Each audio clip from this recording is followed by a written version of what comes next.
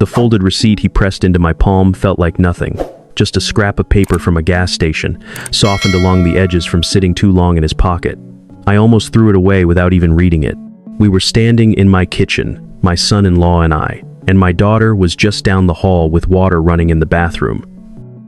He leaned in close enough that I could smell coffee on his breath.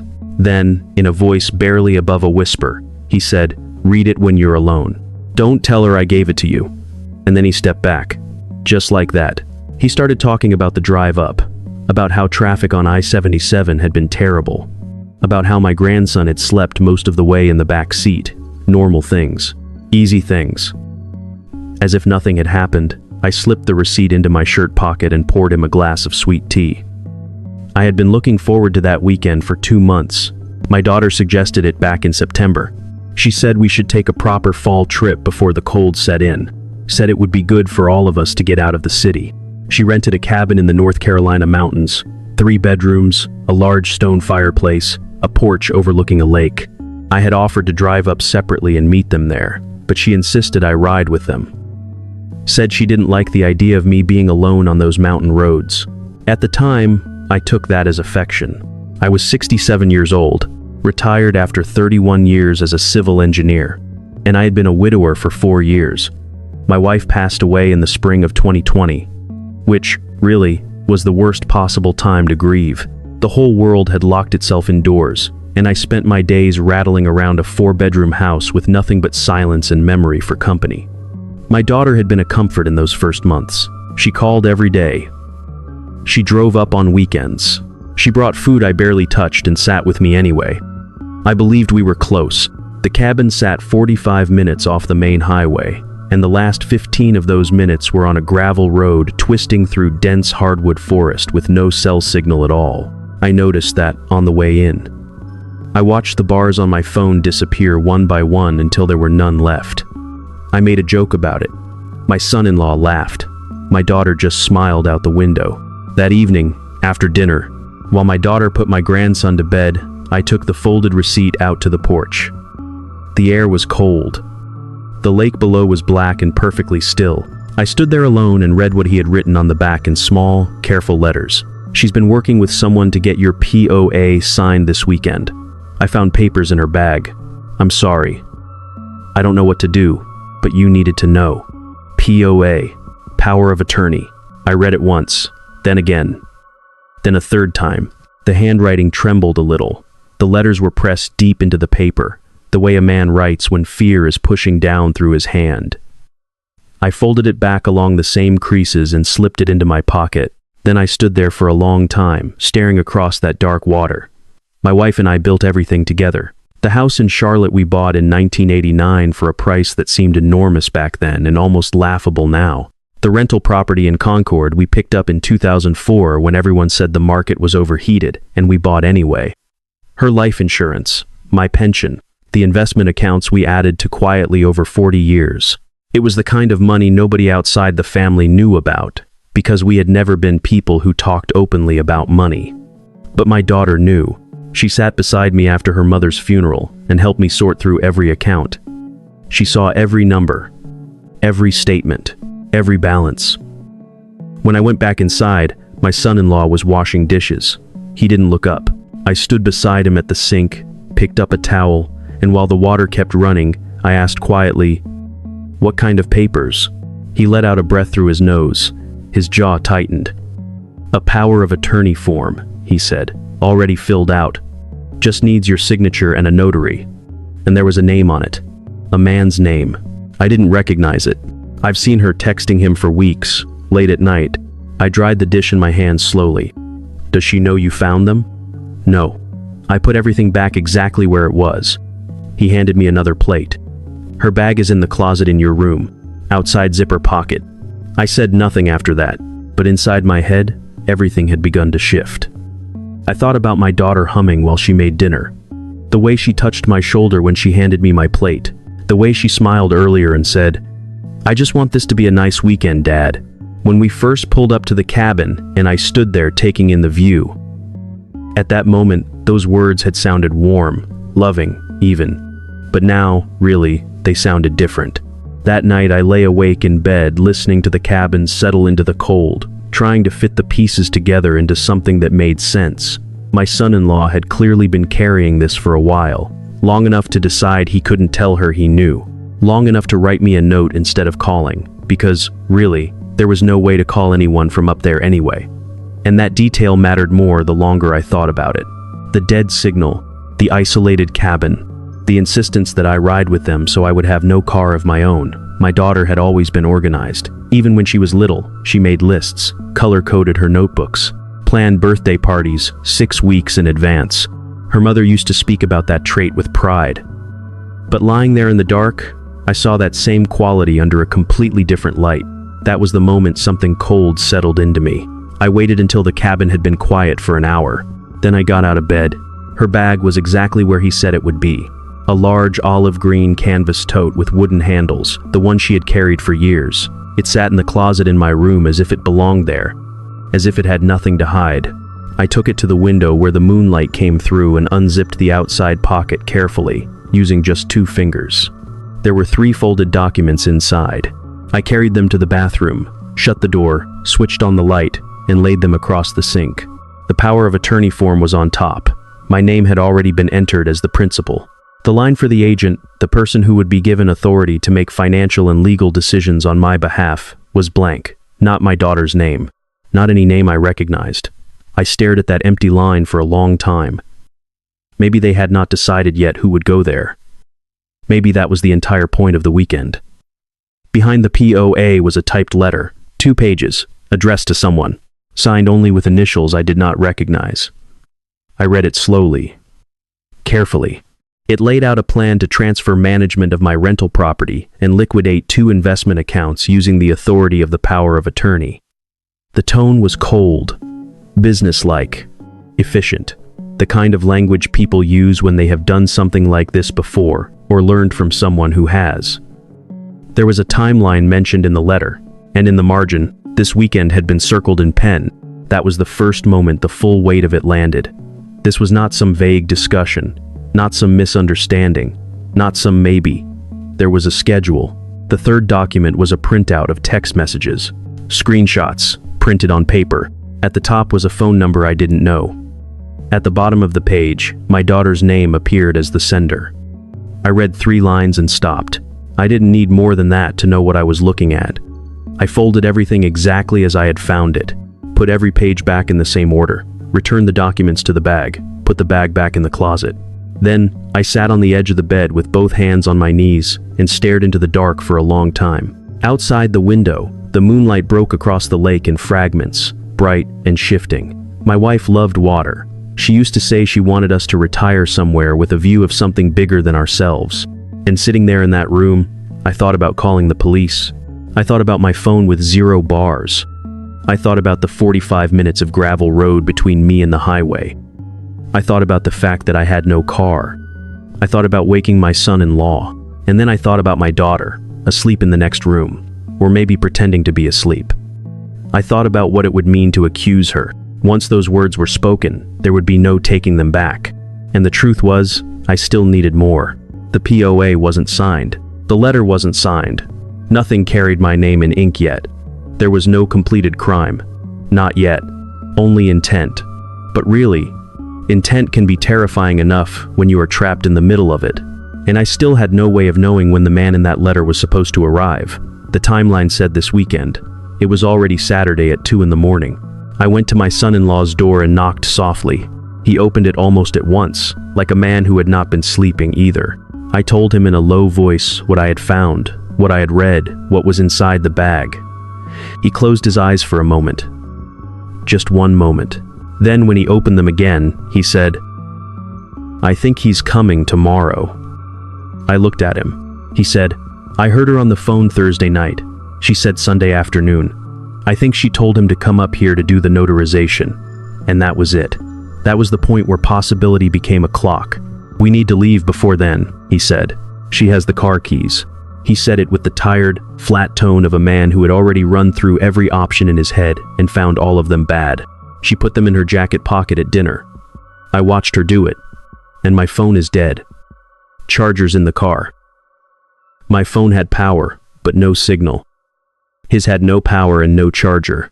We stood there in the dark hallway, two grown men in a mountain cabin, held in place by a woman sleeping 20 feet away and a road that disappeared into the woods. Then I asked him, "How does she sleep?" He looked at me hard. He understood what I meant immediately. "Deep," he said. "She always has. My grandson won't wake before 7. He never does." I said, "Then we have time." From that moment on, everything changed.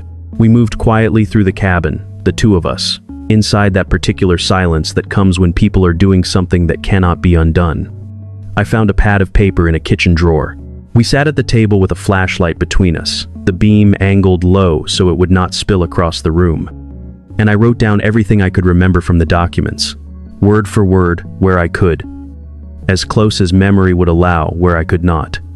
The account numbers. The unfamiliar name on the POA. The initials on the letter.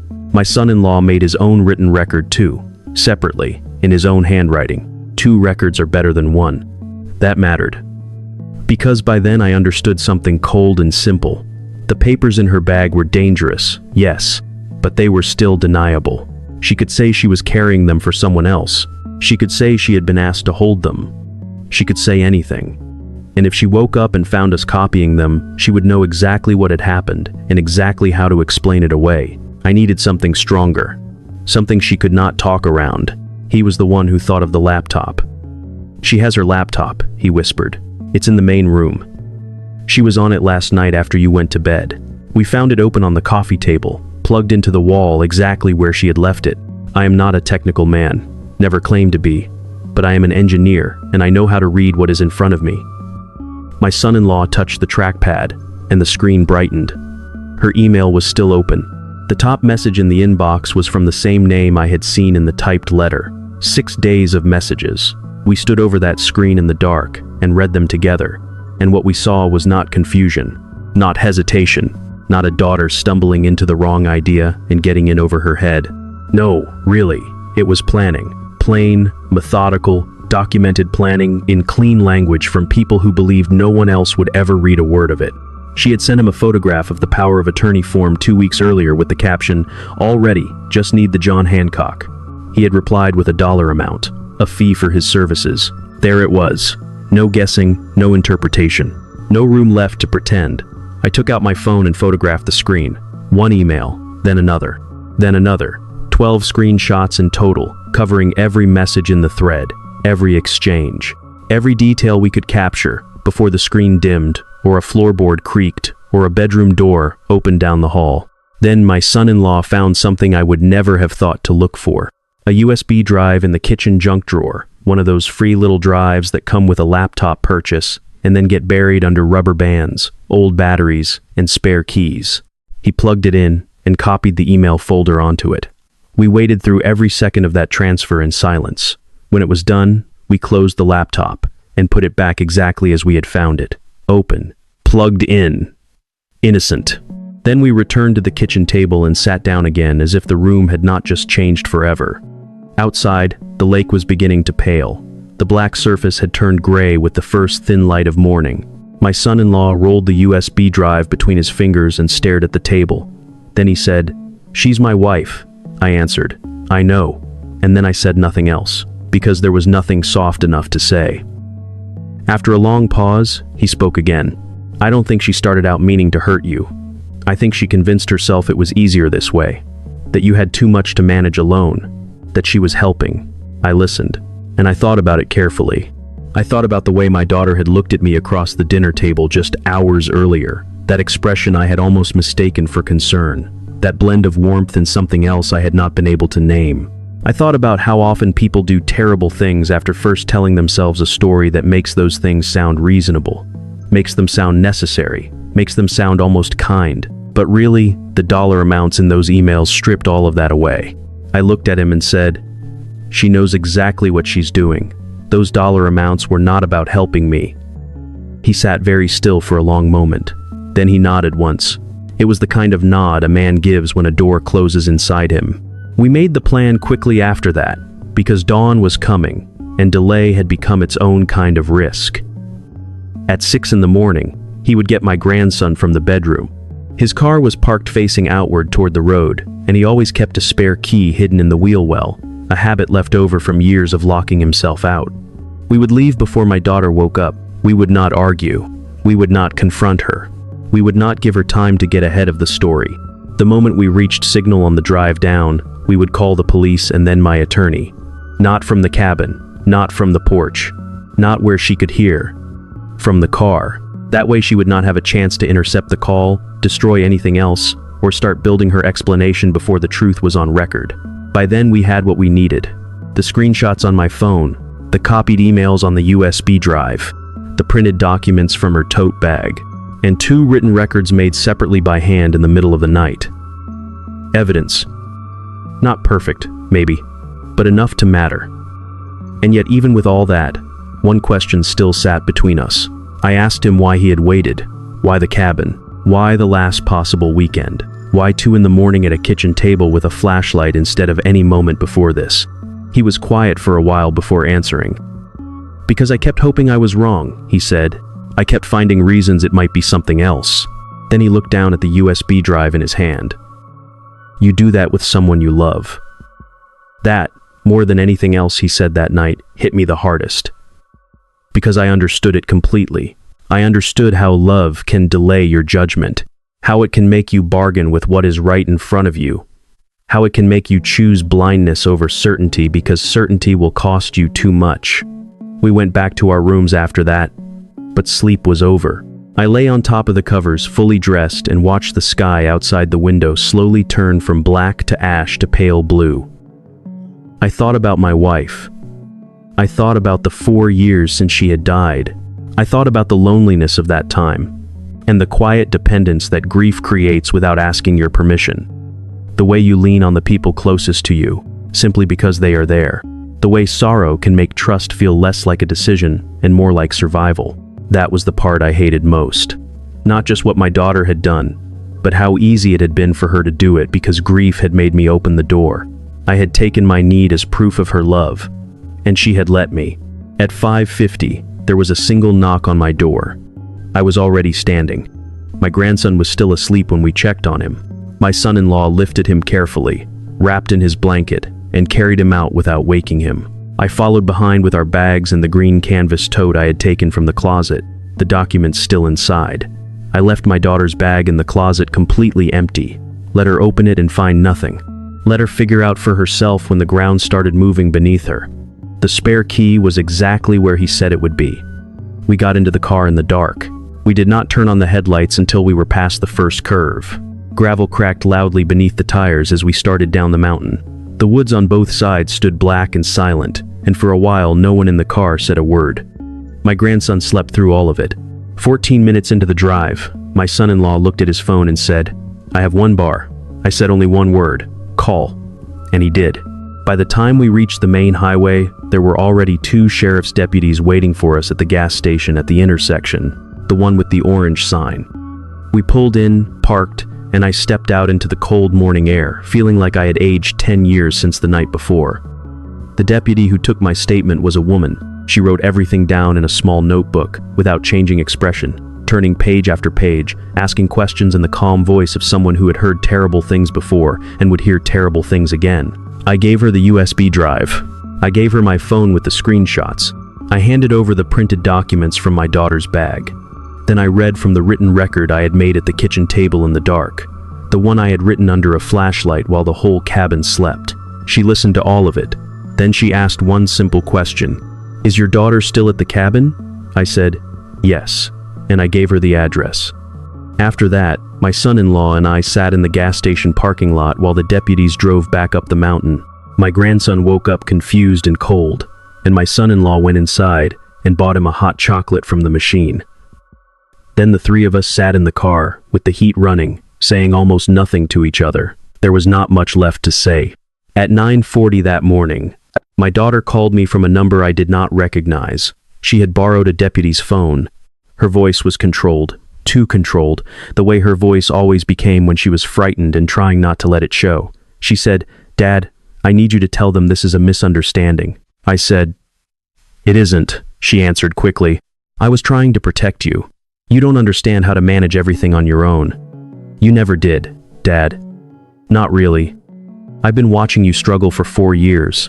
But really, that was the moment something inside me hardened for good. I said, I understand exactly what was in that letter. I read the emails. There was silence, a long silence. Then I said, the account numbers, the timeline, his fee. I let the words sit there between us. Those were not the actions of someone trying to protect me. She said nothing for a moment after that. And when she spoke again, her voice had changed completely. Gone flat. Gone careful. Gone legal. I want a lawyer, she said. I answered, that is a very good idea. Then I ended the call. Her contact, the man whose name was on the letter, was stopped at the bottom of the mountain road at 11 that morning. He was on his way up in a silver sedan. Inside his briefcase, deputies found a notary stamp and a second copy of the power of attorney form, this time with his name already filled in on the agent line. That detail mattered, because it turned suspicion into pattern. Later that day, when I finally reached my attorney, he used 2 phrases I have never forgotten. The first was pattern. The second was elder financial exploitation. He said I was not the first client he had seen in a situation like this, and I would not be the last. And somehow, that was the worst part. Not just that it had happened to me, but that it happened often enough to have a name. Often enough to fit into language already prepared for it. Often enough that someone could say the words calmly, professionally, as if naming weather. That night I stayed at a hotel in Asheville with my son-in-law and my grandson. My grandson ate 3 pancakes for dinner and fell asleep in front of the television. My son-in-law and I sat outside on the small balcony in the cold, city lights spread below us, and for a long time he barely spoke at all. I did not push him. After a while, he said, I don't know what happens now. I looked at him and said, you did the right thing. He nodded once, but his hand stayed wrapped around his coffee cup. I know, he said. That doesn't make it easier. No. It didn't. And hearing him say that brought my wife back to me with painful clarity, because she used to say that doing the right thing and doing the easy thing were almost never the same choice. She believed you could tell who a person really was by what they reached for in the dark, when nobody was watching, when comfort and truth were no longer on the same side. So I told him the truth. No, I said. It doesn't. We sat there a little while longer after that, 2 men tied together by something neither of us had language for. Not family in the old sense, because the old sense had been broken apart in less than 18 hours. Not just friends either, though maybe we had become that. It was something more particular, something forged in the ugliest kind of honesty. My daughter was later charged with attempted financial exploitation of a vulnerable adult and conspiracy to commit fraud. Her attorney negotiated. The man with the notary stamp cooperated. The case moved slowly, like these cases always do, through continuances and hearings and paperwork arriving in my mailbox month after month. Every envelope was another small piece of something I was still trying to understand. Eventually, I went back to Charlotte. Back to the 4-bedroom house. Back to the rooms still holding 23 years of ordinary life in their walls. I changed the locks. Not because my daughter had a key. She didn't. But because, really, I needed the physical fact of it. A door that was mine. A lock that answered only to me. My attorney helped me establish a proper trust with a professional trustee, someone whose sole job was to manage the accounts and answer to a judge if anything ever went sideways. He explained it in simple terms, and I understood. I had managed my affairs for 40 years. I had never needed anyone to do that for me, but I allowed the trust to be set up anyway, because age teaches you something pride never does. The right structures protect you from the right dangers, and there is a difference between independence and stubbornness. My son-in-law called every couple of weeks after that. Mostly we talked about my grandson. Sometimes we talked about the case. Sometimes we talked about almost nothing at all. Weather, traffic, dinner, small things. But underneath those conversations was another reality entirely. He was grieving too, just in his own way. Not for a death, but for the collapse of the person he believed he had married. I knew better than to tell him it would get easier quickly. Some grief insults you by staying longer than it should. What I know now is this: the people who truly love you will sometimes tell you what you least want to hear. They will risk the warmth between you, risk the peace in the room, risk being misunderstood, because they have decided that your safety matters more than their comfort. My son-in-law pressed that gas station receipt into my hand, knowing it could blow apart his marriage, knowing I might not believe him, knowing there was every chance I would walk straight to my daughter and tell her what he had done. But he did it anyway, there at the kitchen counter. In the 30 seconds she was down the hall. That is a particular kind of courage. It does not arrive loudly. It does not announce itself. And it does not always look heroic in the moment. I did not lose a daughter and gain a son-in-law. That is too neat, too clean, too easy. And the truth is never that tidy. What I lost was something I had believed in for a very long time. What I gained was clarity. And clarity is harder than belief. Colder too, but it lasts longer. I still keep that gas station receipt in my desk drawer. It is soft now along the folds. The ink has faded a little. But I keep it because it reminds me that the most important messages in a life often arrive on the most ordinary paper. They do not come dressed like revelation. They come quietly. A scrap in your palm, a whisper in a kitchen, a still lake outside, a moment that looks, from the outside, exactly like every other moment. And yet nothing after it will ever be the same.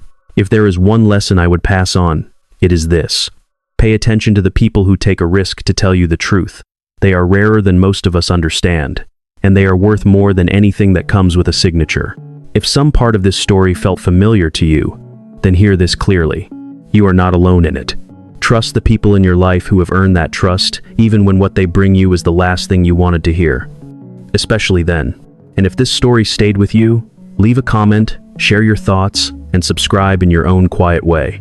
Sometimes the truth travels further when one more person chooses to pass it on.